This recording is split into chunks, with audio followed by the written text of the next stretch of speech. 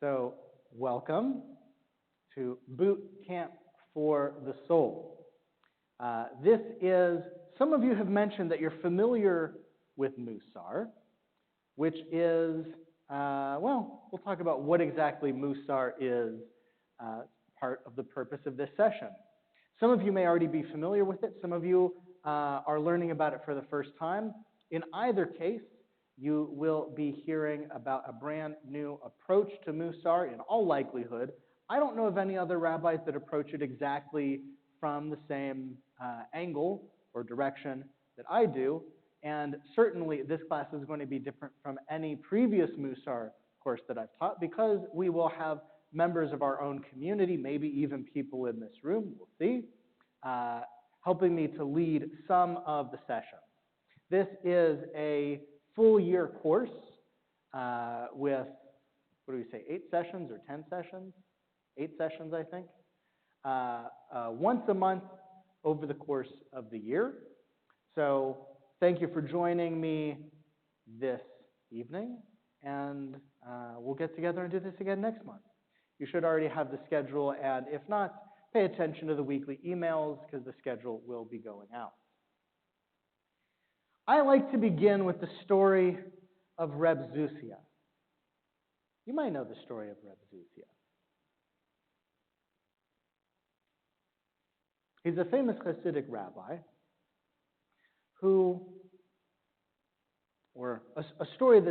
he's a famous Hasidic story.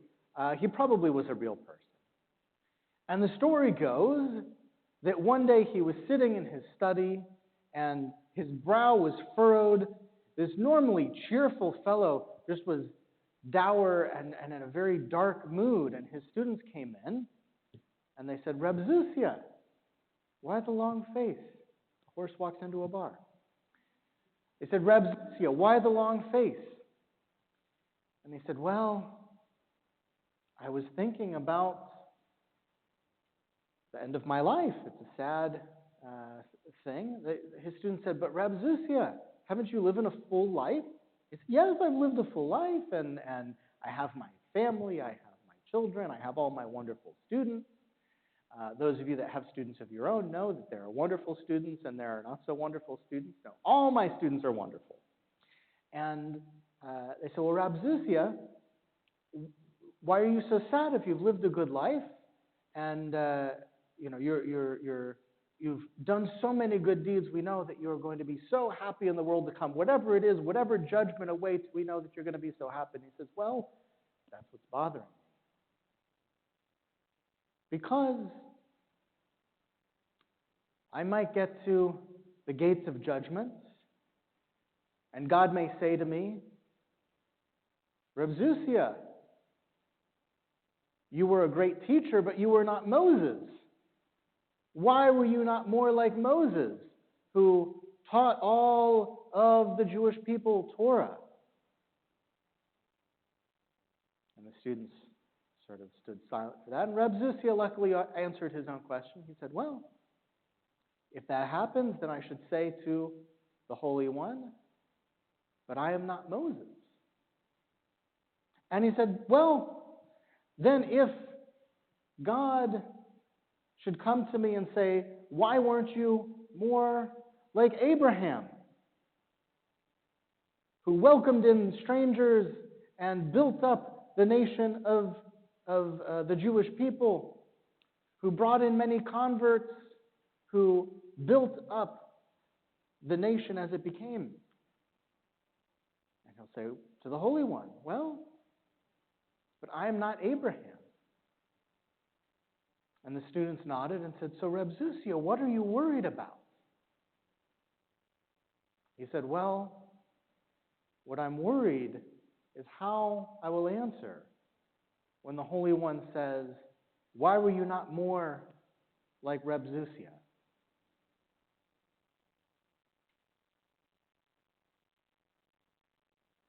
The essence of Mussar is this sort of internal reflection and external action that helps us not to become something we are not, but helps us to become more of who we are meant to be. We are all different. And in fact, Mussar is based on the principle that every human being is different. We'll talk about exactly what that means. And even being different, we each have a unique role, a unique person that we can strive to be more like. Reb Zeusia wanted to be more like Reb Zeusia. I want to be more like Rabbi Farb. And I want you, and I know all of you want to be more like yourselves. How do you do that? That is such a wild, abstract statement. Okay, Rabbi, that's very nice. I do want to be more like myself. I want to be that best version of myself. But come on, how do I actually do that? That's what this class is for.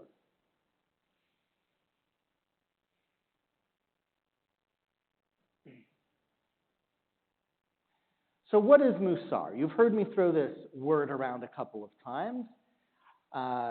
This particular time I'm calling it Boot Camp for the Soul. I owe a little bit to Jessica in our brainstorming session. What are we going to call this course? And we had a couple of different ideas, and one of the suggestions that she came across or came up with, I forget, was Boot Camp for the Soul. And I said, yes, that's exactly what this is. Boot camp prepares you to be. Usually we think of boot camp preparing to be a soldier. You can have any kind of boot camp. Do teachers have teacher boot camp? No? Do lawyers have lawyer boot camp? Why not? This is boot camp for the soul. This is an intensive series of sessions that, again, will ask you to take on the task. It's not just me talking. It's what you do in return that prepares you through the exercises that you do, through the actions that you take, that will prepare you to be that better version of yourself by the end of this year. Mussar is an ancient Jewish spiritual movement of self-perfection. That's a very fancy phrase. The origins of Mussar, we can trace all the way back to at least the 2nd century, Common Era. At least the 2nd century. We have documents like Pirkei Avot, which some of you might be familiar with, the sayings of the great rabbis, the chapters of our fathers. I don't know how you translate Pirkei Avot. I've seen it a couple of different ways.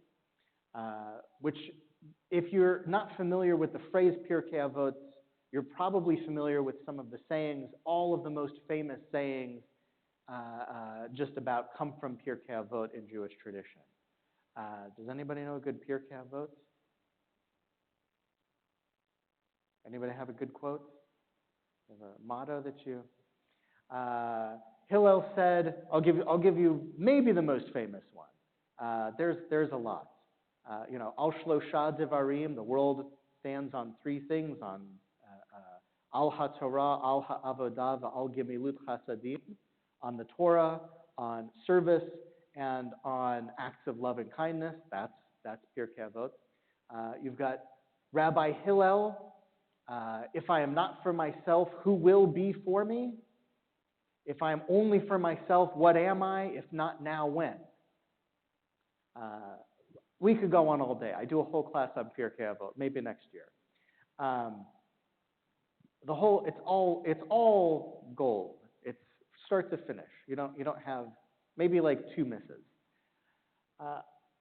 And a lot of this is really essentially about Mussar. It's about spiritual self-perfection.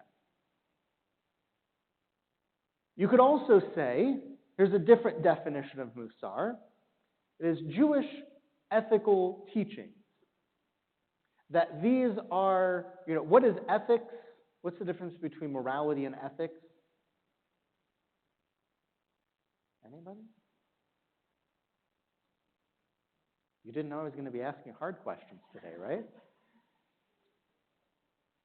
So ethics is, there's going to be some, I know I'm going to hear some ethics professors going to say, no, that's not the correct definition. But ethics is applied morality. Ethics is what do you do? What behaviors, what actions do you take? What is ethical, which is informed by morality. But ethics is based on behavior. It's based on action. We say Jewish ethical teachings. How do you live an ethical life? How do you do the right thing? Right? How do you know the right thing to do? That's ethics. You could say, another definition of Musar, that it is a spiritual curriculum. Especially apt for, I know there are a number of educators in the group today. You know what a curriculum is. This is your curriculum. You're getting your homework, you're getting your study curriculum, you're getting all of the topics that we will cover. Some of you might already have the book with the chapters that show all of the topics. There are a couple of different books. Go ahead, Carol, hold up this book here, which is probably the #1 book that I recommend if you're interested in Mussar, and if you're interested in this course, it will be helpful, which is Everyday Holiness by Alan Marinis. I think that's how he says his name. I have met him, but I don't remember how he said it. That's Alan, A-L-A-N, Marinis, M-O-R-I-N-I-S. Did I get that right? Everyday Holiness, in which he lays out his version of the Musar curriculum. And there are various different versions with a lot of overlap. Just like any curriculum that you might assemble, you know, if I'm teaching 5th grade English and, you know, Jackie, what do you teach? If Jackie is teaching Spanish literature and I'm teaching Spanish literature, we're going to have a different curriculum, but there's going to be a lot of overlap. Probably I'm going to copy what she's doing because I don't know. You know, there's the windmill guy, and that's all I know. That's my whole. And the Chilean poet. That's my whole. Are they in your curriculum? Okay, so we've got some overlap. People who actually know about this stuff are probably smacking their foreheads right now. But Mussar is a spiritual curriculum. That's another definition for Mussar. You could say Mussar is mensch training. This is a phrase that actually I think Alan Marinis originated this phrase, but it's one that I borrowed by way of a member in a temple that I had served previously, who would come into my office and say, "Rabbi, you've got to start teaching this Mussar. People need to know it." And he said, "It's mensch training. This is how to be a mensch, how to be a good human being." Right? Mensch means human being from Yiddish. How to be a good human being. This is the training to do it. You might say, and I would say, the best definition of Mussar is Jewish spiritual discipline. I find that this is the definition which captures the most, which is the most accurate, and the most succinct. Jewish spiritual discipline. Mussar is Jewish, it is spiritual, and it is a discipline. It's not a philosophy, although it contains some philosophy. It is not a theology, although it contains a little bit of theology. It is a discipline. It is something that you do and you practice and you get better. And then you do it more and you keep doing it. You know, when do you finish practicing the harp? Never. You just keep. It's a discipline. You keep doing it. When do you? Well, you get it. Mussar is not. This is the controversial slide. Mussar is not mysticism. I like to clarify because there's a lot of stuff that is related to Musar that gets mixed up, and people say, "Oh, Musar, I know that. That's mysticism. It's the Sfirot and aligning your soul with the." There may be people who teach Musar in that way. There may be rabbis who teach Musar in that way, but Musar is not mysticism. You do not need to memorize Sfirot or mystical interpretations. You do not need to learn about these abstract relationships between the earth and the heavens to understand Musar. Musar is very down to earth. That's one of the things that I love about it. Anybody can do Musar. Anybody can study Musar. It is 100% accessible to every human being. Every human being. I don't care if you're the smartest person in the world. I don't care if you have real difficulty understanding things. Musar is for you. Anybody can do it. It is not a subject of study. Although there are people that study Musar, that read dozens and dozens of books, and there are probably more than dozens and dozens of books on Musar.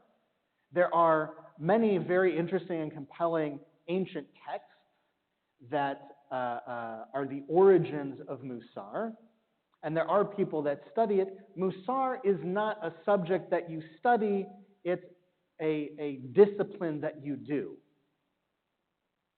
You probably need to study it a little bit to do it well. That's the whole idea of a discipline. Always, every discipline involves study, right?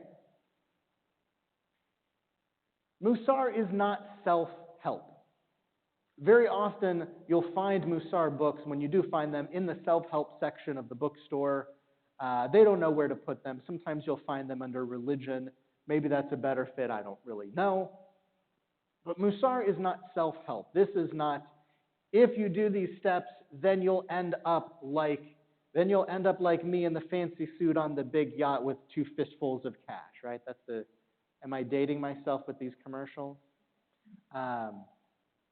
That's the self-help is, hey, these are the steps you do to achieve this outcome. Musar is not pushing you towards being any particular outcome. It's only pushing you towards that better version of yourself. And the framework is designed in such a way that it will work for anybody who does it, but you will not all have the same experience or the same outcome. Musar is not self-help. Musar is not demanding. I know I called it boot camp for the soul, and we usually think of boot camp as a very demanding type of exercise, and Musar can be demanding, but ultimately the entry point is very low. You can start this today. When you leave here, between now and when you go to bed tonight, you can start doing Musar. Okay? It is totally achievable, totally accessible. It is not. It does not have to be something that is demanding, that you think, oh gosh, the rabbi wants me to do all these big changes in my life and overhaul. Actually, that's not a very healthy way to do it. Small steps. Small habits that build over time. That's the best way that I've found to do it. Some people like to take big drastic steps, and that works for them. There are a few people that works for, but it's rare. Why Musar? Rabbi, there are lots of different ways out there. Maybe you haven't found them, but probably you found lots of different ways. There's probably a listicle on BuzzFeed. I'm probably dating myself again. BuzzFeed, do you know BuzzFeed? Is that? I was talking to the young man in the back. Yeah, you're okay. He's familiar with BuzzFeed. I'm all right. Do you ever read something on BuzzFeed? Or that's like for old? That's for old people? Okay. I'm being told it's for old people. Even BuzzFeed. There's probably a listicle on BuzzFeed. For those of you that are old enough, that will tell you, how do you, build a better life, get in touch with your inner child, whatever, etc.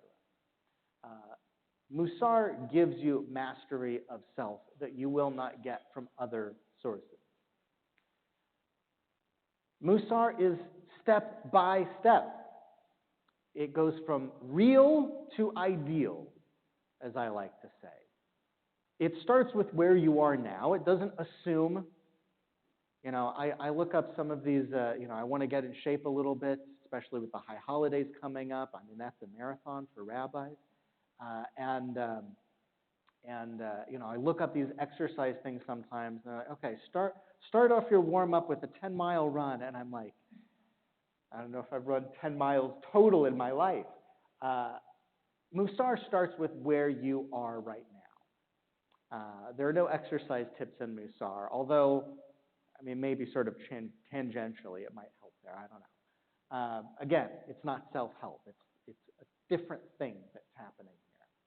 And it is step by step. You'll get step-by-step instructions of how to do that. What should I do? What should I start doing right now? As I said, anybody can do it. And most importantly, the most important lesson that I've learned about Mussar and that I've been told by my students of Mussar is that it works. If you do it, if you go through this process, you'll come out a more reflective, more patient, more thoughtful, more kind, better version of yourself than you ever thought before. It works. It is repeatable. And using Mussar, you can change yourself to change the world.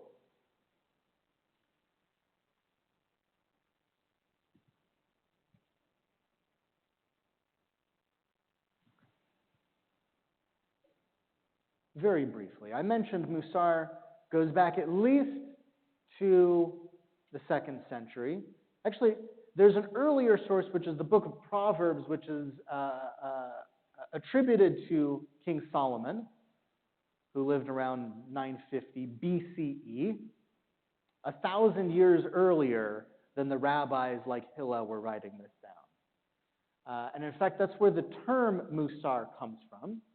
Proverbs in the 1st chapter reads, "For learning wisdom and instruction," or Mussar in Hebrew, "for understanding words of discernment, for acquiring the discipline," same word, this time translated as discipline, "for success, righteousness, justice, and equity, for endowing the simple with shrewdness, the young with knowledge and foresight." The idea of Mussar goes all the way back to the book of Proverbs. We see it again in Pirkei Avot. Ben Zoma, for example, says, "Who is wise? Who learns from all people?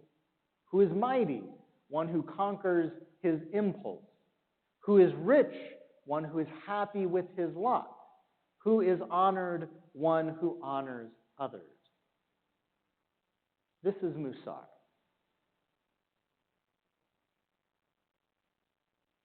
We're jumping forward another 1,000 years, give or take.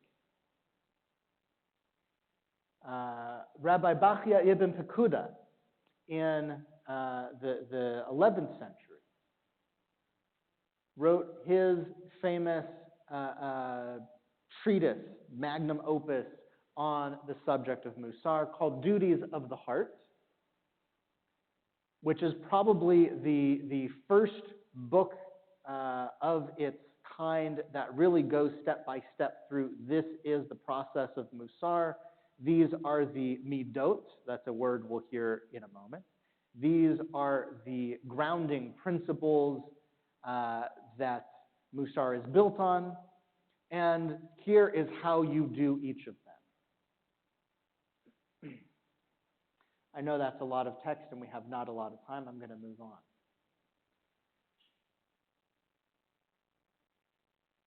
There are many other works of Mussar that have been written over the years. I recommend reading all of them, but pick one to start. As we mentioned, Duties of the Heart is Everyday Holiness is an excellent place to start. You could start with Duties of the Heart. That's what I did. I didn't know about this one. but it is much better. It's more accessible.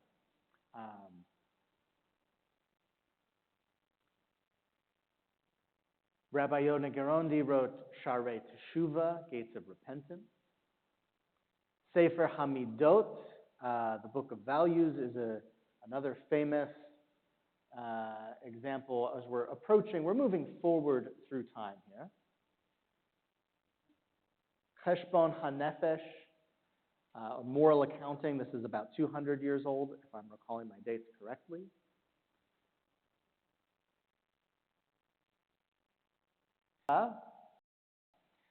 Is famous for being one of the major Jewish works written by a woman.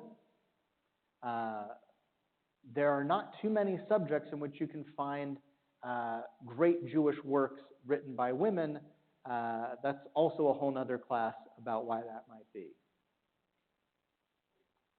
Orchat Tzadikim, now we're talking about, which, by the way, Orchat Tzadikim in Germany, 1542, also may have been written by a woman. There's a theory about who that author was. Tomer Devorah by Moses Cordovero. And bringing up to almost modern times, or I guess it depends on what you consider modern times, this fellow right here is Rabbi Israel Salanter.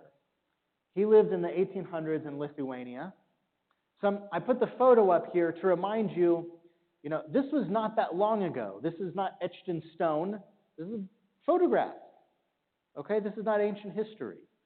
This is a guy who lived not all that long ago, even though it might seem like a long time ago. And he was a traveling rabbi. This was a common job in Central and Eastern Europe in the 1800s and the 1900s, even the 1700s. There were a lot of traveling rabbis, traveling scholars, and he was one who would travel from place to place, taught about many topics, and he ended up coming across Mussar, these works, some of these that you just saw on the previous slide, and started teaching these to his students. He found that many of his students didn't have access to any of these classical works of Mussar. Many of them had been nearly lost. They were in libraries gathering dust. People didn't really know about them except for a few isolated scholars that may have seen them or studied them. So he republished them and started distributing them to his students. Each city he went to, he started organizing local Mussar groups so that they could continue to work on Mussar after he had left and gone on to the next place, spreading this message. You might call him evangelical. He designed programs both for scholars who wanted to study these texts and for everyday folks. He was a visionary in this sense, and he understood that Mussar is not for the elite. It's not this like hidden, spiritual refinement that's only for scholars who sit in the ivory tower and all they do is read books and they can sit and think about being better people. He said, no, this is for everybody. He looked at these ancient books and he said, wait a minute, this is not for scholars only. This is for everybody to take these principles and apply them in their life. And he transformed this idea of Mussar, which by this point had been nearly lost or limited to a small number of scholars. It was a subject that was not broadly known or taught. And through the work of his lifetime, transformed Mussar into a movement so that every yeshiva that you went to, every Jewish school in Eastern or Central Europe, well, Eastern Lithuania, where he was from, was teaching Mussar, was teaching their students, here's how you learn to be a mensch. He wrote, and this, even though there is a lot of text on here, they say you're not supposed to, when you're doing a presentation, read what's on the slide, but this is one time where I'll make an exception. He said, when I was a young man, I wanted to change the world, but I found it was difficult to change the world. So I tried to change my country. When I found I couldn't change my country much, I began to focus on my town. However, I discovered that I couldn't change the town, and as I grew older, I tried to change my family. Now, as an old man, I realize the only thing I can change is myself. But I've come to recognize that if, long ago, I had started with myself, then I could have made an impact on my family. And my family and I could have made an impact on our town. And that, in turn, could have changed the country. And we could all indeed have changed the world.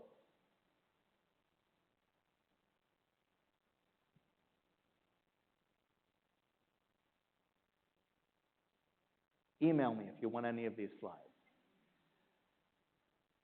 Now, you heard me mention in the 1800s, starting in the late 1800s and into the 1900s, that the Mussar movement was spreading throughout Central and Eastern Europe until it was in every single yeshiva. It was, this was part of the standard curriculum in every Jewish school.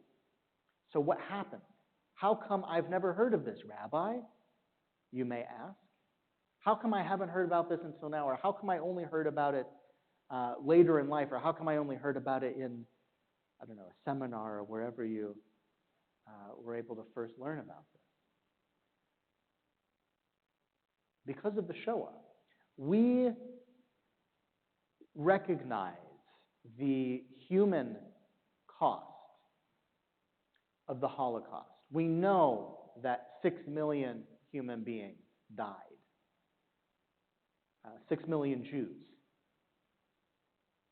Many more human beings. We don't know the exact number, but we know about 6 million another time. We know that 6 million Jews died in the Holocaust, and we mourn for them. We understand that even today, the total Jewish population of the world is not yet, we're very close, but not yet surpassed the Jewish population before the Shoah, 75 years later or more. The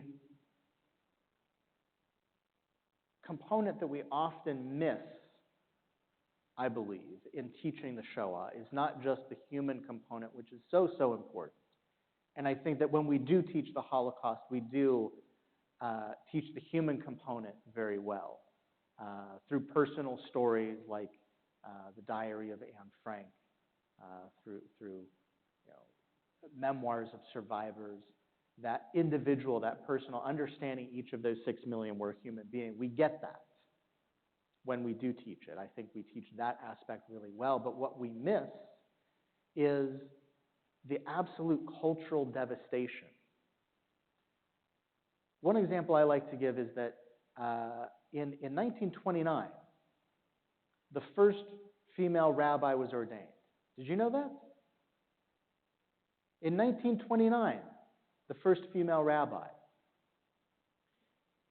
It took us another 50 years before the second female rabbi was ordained, because Jewish civilization was set back by that much because of what was lost. There are books that we know existed because they're referenced in works that have survived, but the books are lost completely. There are entire elements of Jewish culture that have been erased from the earth. When I chant Torah on Saturday mornings, I use the same style of chanting as hundreds of other rabbis across North America. And there are maybe 2 or 3 or 4 different styles of chanting that are used in North America widely. But we know that those 4 or so styles came from hundreds of different nusach in Central and Eastern Europe and other parts of the Jewish world, that these differences between Jewish cultural differences from town to town, from country to country, many of them have been erased this rich Jewish culture that has been homogenized in large parts due to the Shoah, the Holocaust. One of those pieces of culture, pieces of our civilization that was taken from us was the Musar movement. Because these students in the yeshivas of Central and Eastern Europe were not the people who escaped. They were not the people who had the resources to go. They were the people who said, God told us to stay here and study, and we're going to stay here and study until they drag us out, and that's exactly what happened. And so Mussar as a movement was utterly destroyed, vanished from the face of the earth, but it was preserved in a few yeshivas in America and in other parts of the world, in Israel, even in Europe, where it was practiced and it was maintained. And it was not until the late 20th century that it saw its revival. I'm talking really the end of the 20th century. Here's a picture of Alan Marinis. That's the author that I talked about before. There's his book, Everyday Holiness, if you didn't get it before. This is, as I said, this is probably the number one recommended Mussar text that I have. It's in English. It's very easy to pick up and read. You can flip to whichever chapter is most interesting to you on a particular day. I'm getting the nod over here that yes. It's a very useful handbook, or you can read it from cover to cover, and you'll also find it engaging. It's a very good read. It's a very easy read. He's also written Everyday Holy Day, With Heart in Mind, Climbing Jacob's Ladder. He has a whole bunch of different books, as well as other authors who have books like Musar for Moderns. You've got Pathways of Mussar. This is if you want a more orthodox approach. You've got The Spiritual Practice of Good Action. I've got this one. I've got a pile of in my office, and I give them out to people because I think the information is so important to have. I just buy this out of the temple gives me a book fund. I can buy books for classes, books for my office, for my private studies. I use some of that money to buy extra copies of this book. It's less true now, but for a long time it was the most affordable one on this list, and I think it is very good. But that meant that I could buy 10 or 15 at a time and just give them away, which I do, and I still do. It's another excellent source. You've got Changing the World from Inside Out by David Jaffe. If you want a more reform-oriented perspective, this is, what does the subtitle say here? A Jewish Approach to Personal and Social Change. It's very reform-sounding. We've got those reform Jewish values. You've got Musar Yoga. There is no limit to the number of entry points available to you from Musar. You can pick up any one of these books, and this will be your entry point into the world of Musar. Take your own path, your own approach. Well, I've put my recommendations out there, but really, ultimately, it's up to you how you define your own path. Okay, how does it work? Rabbi, we're nearly an hour in, class is coming to an end. Tell me, you still haven't given me, you've told me that it works, how does it actually work? Mussar is structured around midot. Is there anybody here, by the way, that has to leave at 7:30? Okay, if you do need to leave at 7:30, that's when the class is officially concluded, and you can sneak out the back and nobody will judge you, I promise. I'm going to keep talking until I'm finished talking, though. You're welcome to hang out as long as you'd like. Mussar is structured around midot. One is called a midah. Many are called midot. What is a midah? Some have translated it as a soul trait. I forget which of those books translates it that way. I don't have it in my Literally, the word midah means a measure. You know, you're making a recipe, you need a measure of flour. How would you translate? How would you translate? Respect? Respect, I would say kavod. I would say kavod. Yeah.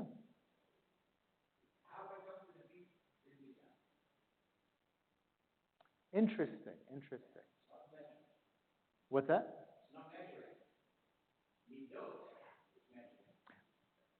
Midot is measuring.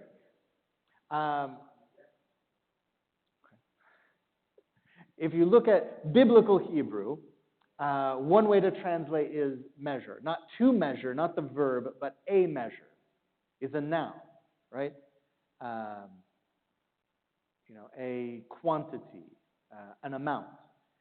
In modern Hebrew, it's come to mean something a little bit different, and we're going to get. I'm sorry?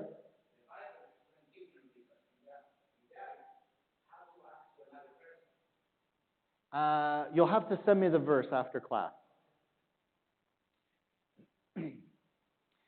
Midot are also translated by other Musar teachers as character traits or virtues.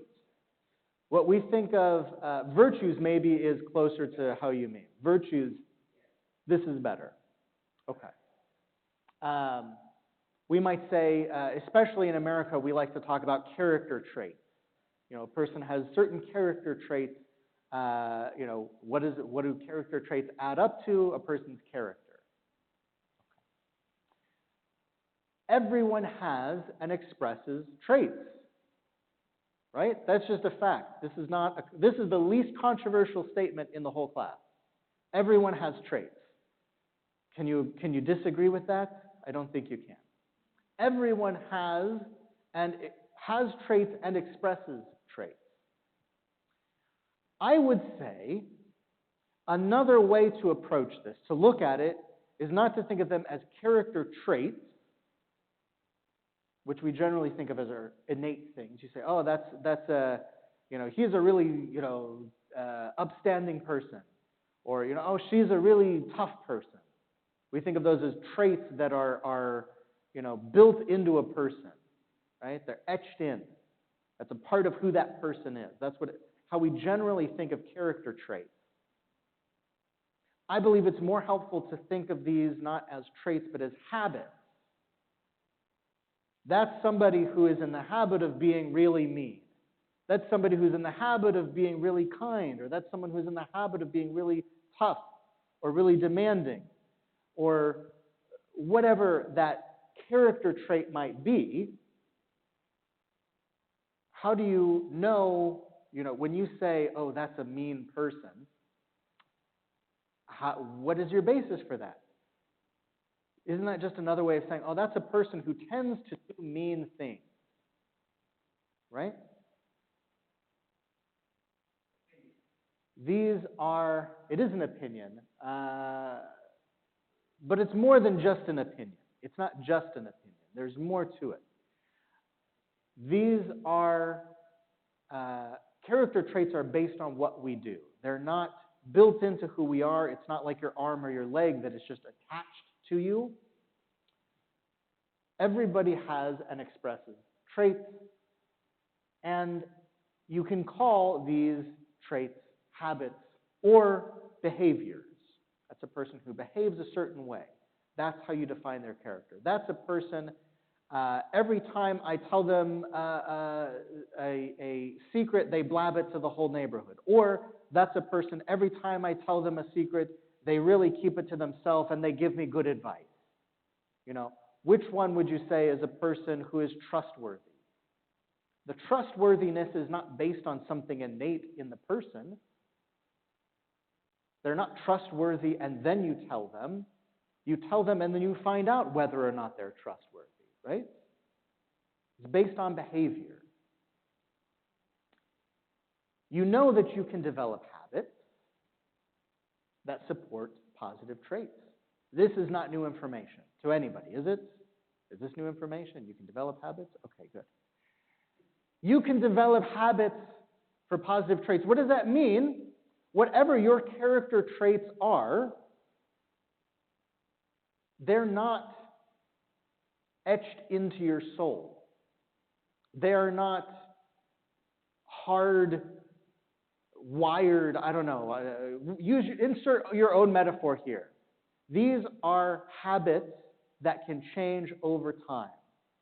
And habits change over time with effort and repetition. That's basically the whole equation for changing a habit, right? I know there's more to it than that. Actually, there's a great book that is not on Mussar, but I think is very helpful for Mussar called The Power of Habit, which tells you exactly how we form habits and how to change habits, which I would also recommend. I don't know, I don't recall the author. I don't think he's Jewish even, but I don't know, who knows? He could be. Somebody will look that up and let me know. Tell me in an email. According to Musar, an imbalance in a character trait represents a veil over us and our inner holiness. Let me explain what that means. We all have this inner light, this inner holiness that wants to shine into the world. I mean, you sung these songs in Hebrew school about being a little light or a little lamp and shining, right? Even if you didn't go to Hebrew school, you probably sung it in elementary school, kindergarten. There's a light inside everyone that wants to shine, but there are certain things that prevent it from doing so. One of those is imbalance in these character traits.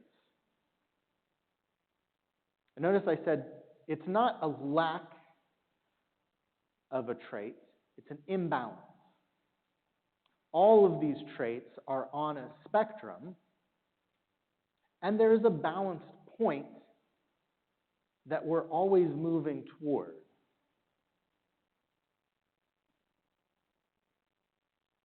If you want to know what are these midot, what are these specific midot, these specific virtues or character traits or soul traits? I think Alamarinas uses soul traits. Do you recall? Never mind. The terminology doesn't really matter. This is called a periodic table of being a mensch from letitripple.org. This is their periodic table of midot, that you can divide midot and subdivide them if you wanted to. You can talk about 5 or 10 midot. You can talk about 30 or 40 midot. You have things in here like love, optimism, humor, humility, kindness, honesty. These are all midot, which can be in balance or out of balance. However, they've been grouped into, at least in this example, they've been grouped into categories like wisdom, courage, humanity, justice, temperance, transcendence. These are based on mystical teachings, these categories.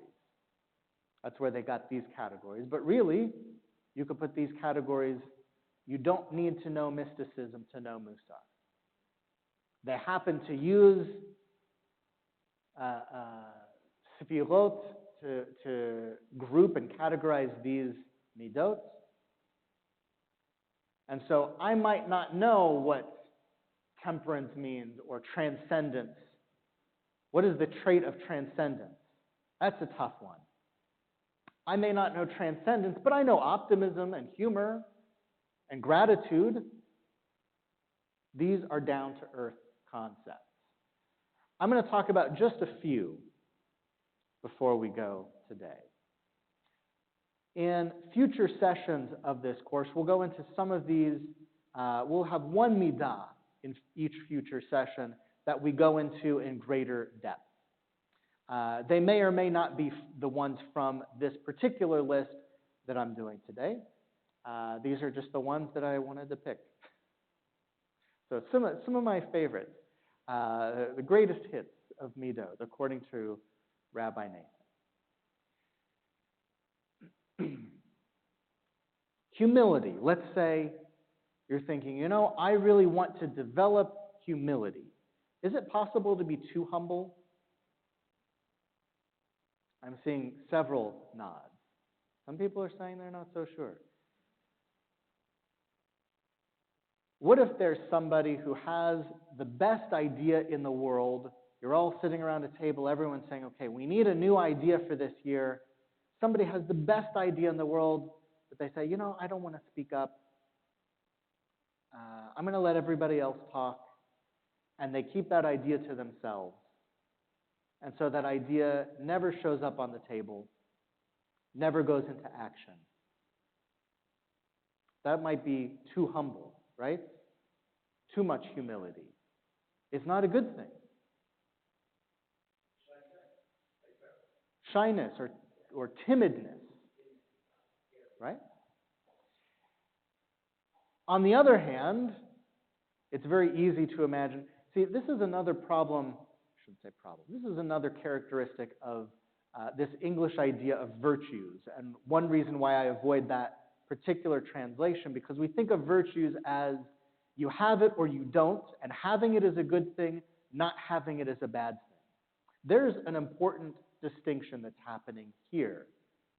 Humility, it's important to have in balance. You don't want to be so humble that you become arrogant, right? You don't want to be so humble that you become selfish. You say, I'm not going to contribute because I'm so humble. That's no longer humility, or at least not as we understand it. That's too humble, too much humility, timidness. But you definitely don't want to be on the other side either. You need humility. You also don't want to be the person sitting at the table that's talking the whole time, and somebody says, oh, I have an idea, and you say, no, we already know the idea that we're going to use. Yeah, I already had the idea. You don't want to be that person either, right? There's a balance. If you want to develop the trait of humility, because I told you that there would be a practical side to every single session, including this one. One way to approach it is, on the one hand, if you need the validation from others, try giving yourself that validation. There's a phrase I used to use with especially my teenage students. There's a phrase I used to use, if you wouldn't say something to a friend, don't say it to yourself. We do this all the time, don't we?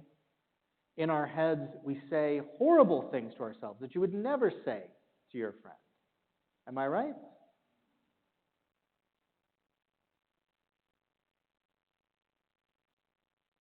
That, perhaps counterintuitively, is how you begin to find this balance with humility. On the other hand, if you tend to think that you can do it all yourself, say, I'm just going to do it all myself. I know I suffer from this one a lot. People who work with me closely know. I know it's something I need to work on. If you tend to think, I can just do it all myself, remember, even God, even the Holy One in heaven, created angels to carry out all the tasks. What's that? Yeah.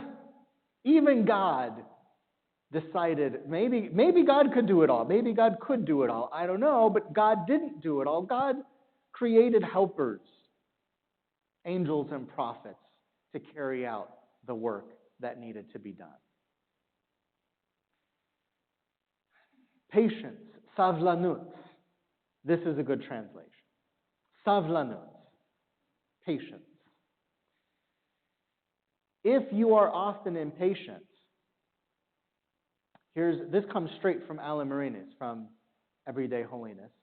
Put yourself in situations where you have to wait. Oh my gosh. You want to get good at waiting? Practice. If you're impatient, if you're the person at the stoplights who, when the person ahead of you stops on a yellow, and you say, we could have both made it through. What are you doing? You're wasting my time. I have places to be. Put yourself in situations where you have to wait. Go to the longest line at the grocery store. Go stand behind the woman who has a pile of coupons.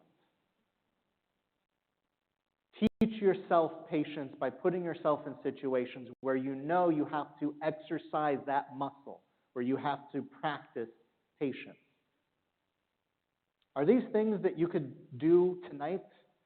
I mean, assuming you're going to the grocery store or driving home. This is not rocket science. Are these things that sound super easy? No. Totally doable, but it is a discipline, right? It takes effort. It takes repetition. And we will talk not as much today, but all of this depends on your personality. Because guess what? Remember I said we all have different midot? We all have different traits. We all have different virtues. You are going to find different traits as we're going through this year that are really easy for you. Patience for me, usually, people say, I can't believe how patient you are, Rabbi. Usually, for me, yeah, no? Okay. I heard, for me, I don't know. It's something that comes natural. It doesn't take a lot of effort. Except when I'm driving. I do get pretty impatient when I'm driving. That's actually from another character trait that I'll talk about another time. It's a side effect of another character trait. That there are some things that are going to be very easy. And there are some things that are going to be especially hard for you. Patience for you is not easy. You're going to find other things that are much more difficult for you. Zirizut. How do you translate zirizut?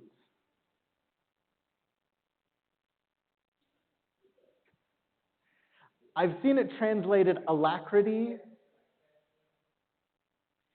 immediacy.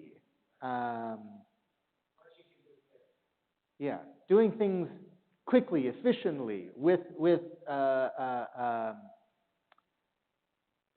alacrity. In a lot of books, you'll see it translated as alacrity, which is a word that I had to look up. I never saw this word alacrity before I started studying Musar, but that's what it means. I mean, doing things like right when they need to be done, getting it done early, doing it with intention. That's one I struggle with a lot. It's constant for me. It's a constant struggle. Zirizut.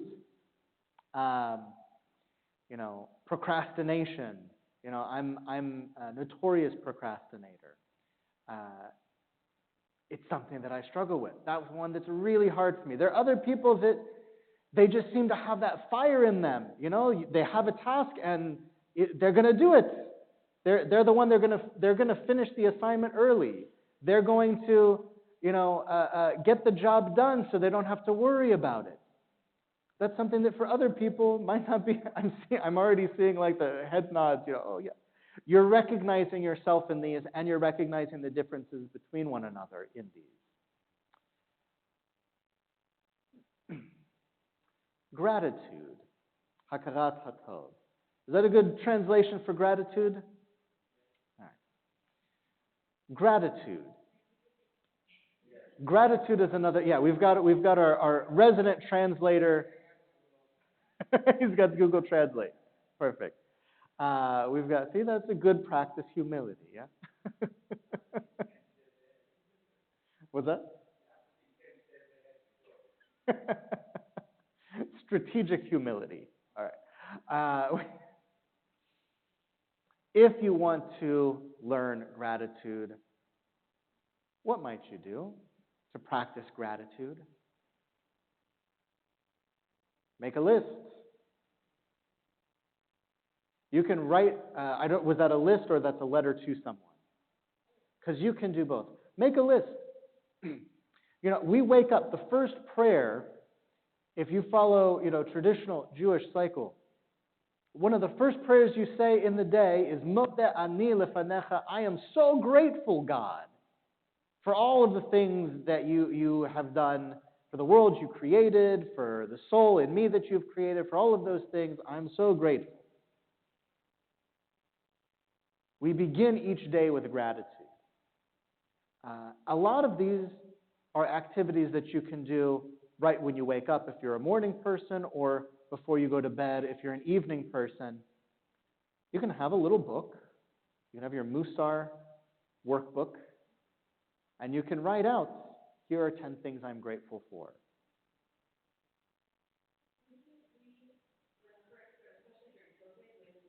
Yeah.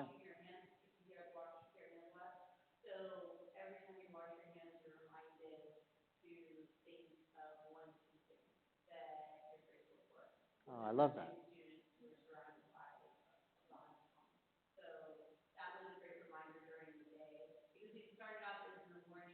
Yeah.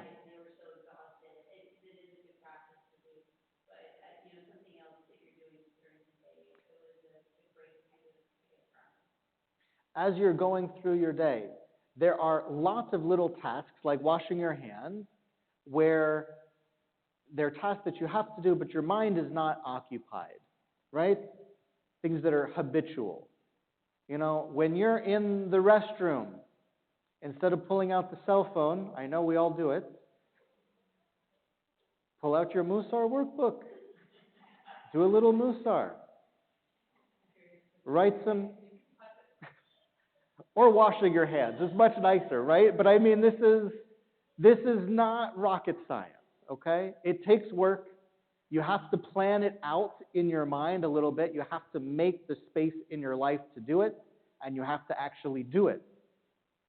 The actual tasks are not difficult in a literal sense, but sometimes doing them can be. Rachamim. How do you nurture? Everybody has a nurturing side. By the way, all of these midot, it's not that some people have them and some people don't. It's about where on this balance you fall at a particular day. And it changes over your lifetime, right? You're not the same person that you were when you were 17. It changes over your lifetime. If you want to be a more compassionate person, take that nurturing side that you already have and think, what is the situation, what is the person that I am most nurturing toward? Or for some of us, maybe even what is the animal that maybe you have a pet that you just love and you take such good care of and you're like so attentive to. You could get a pet. I mean, that's a big step for, developing Musar, but you could do that. Say, okay, I'm going to practice I'm not ready for humans, I'm going to practice on a pet. But think about the relationship that brings out your strongest nurturing side, and then think about the person that you would least want to nurture in the world.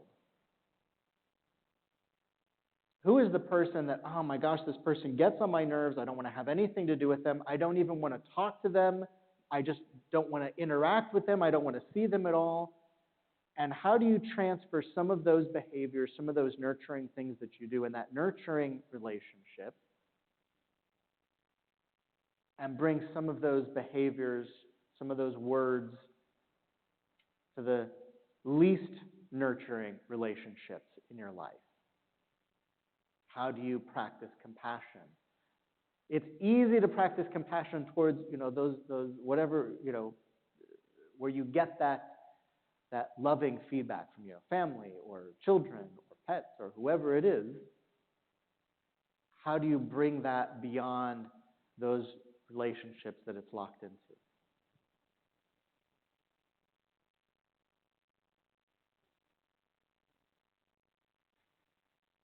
All of these are about having a balance. Any of these you can have too much or too little. We're starting with some of the easy ones where it's easy to see where on the spectrum you want to be, but sometimes it's not so easy. Which is why, again, order, seder, having some kind of organization, having some kind of a system in your life of, number one, assessing where you are, and number two, making the space in your life to do these things, to do these activities.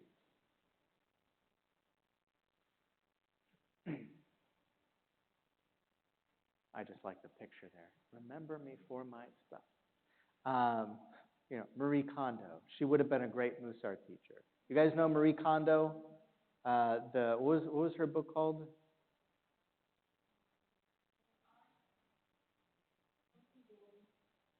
The joy.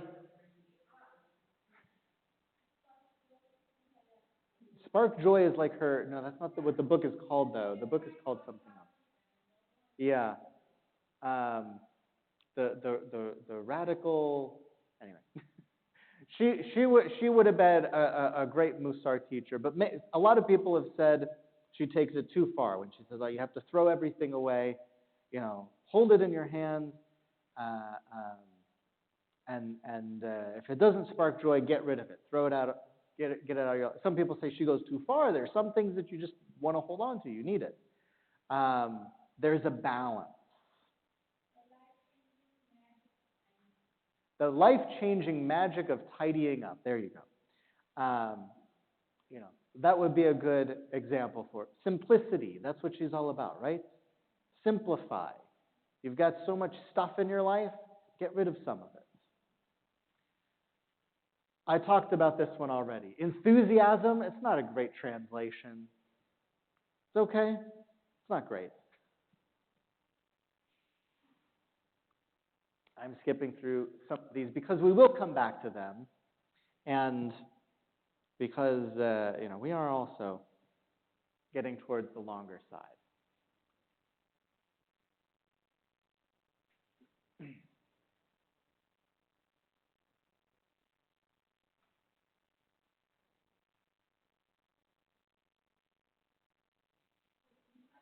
The last. Okay. Trust, bitachon. Yeah.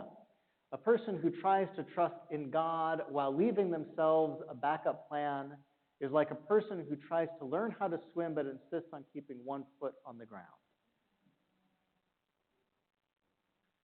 I mean, I don't know if I'm quite there. I always have a backup plan. I think God wants us to have backup plans.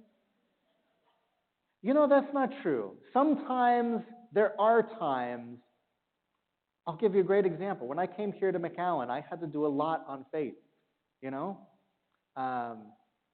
actually that's a trait that I hear from a lot of people who came here from other places.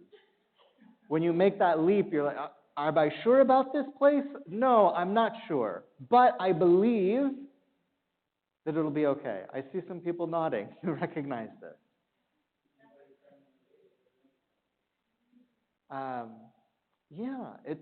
There are some things in life that you just have to take on faith and go all in.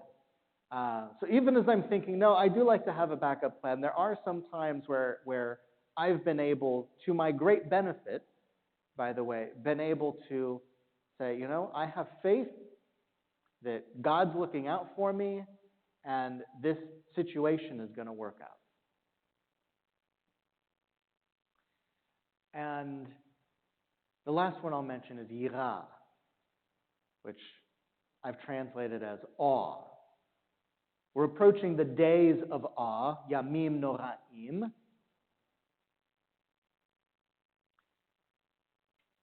Awe has also been translated as fear of God specifically.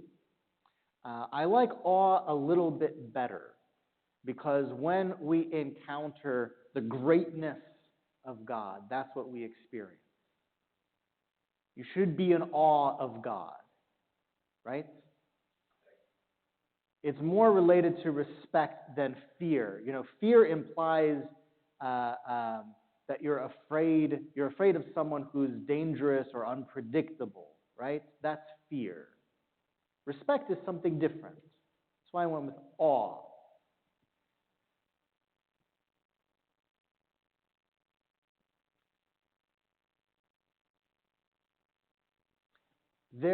I'm checking because I couldn't remember if it's written here. Many synagogues above the ark have a famous phrase, Da lifnei miatahu omed. Know before whom you stand. As you go through life, I mean, that's why I wear this thing. It's a reminder. I mean, I guess you could say it's more about humility is really the idea.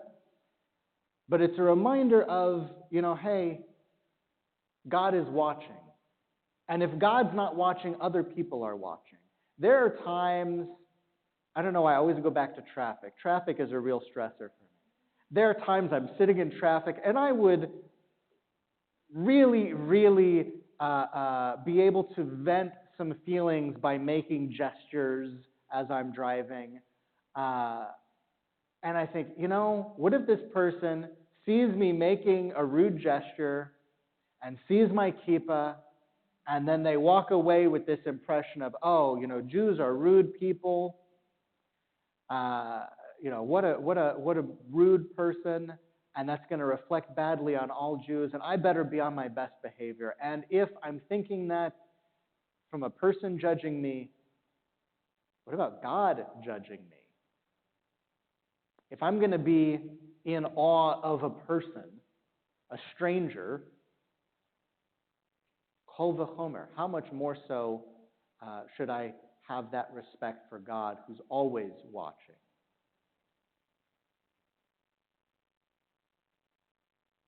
So these are some of the basics of mensch training. Here's yet another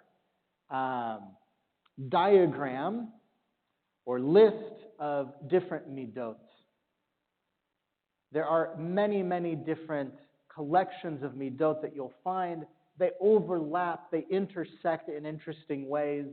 I like this particular one because at the heart is yirat Hashem and ahavat Hashem, fear of God or awe of God and love of God. That's the essence of what we're doing, and that's what informs everything else. So we will be back in 1 month.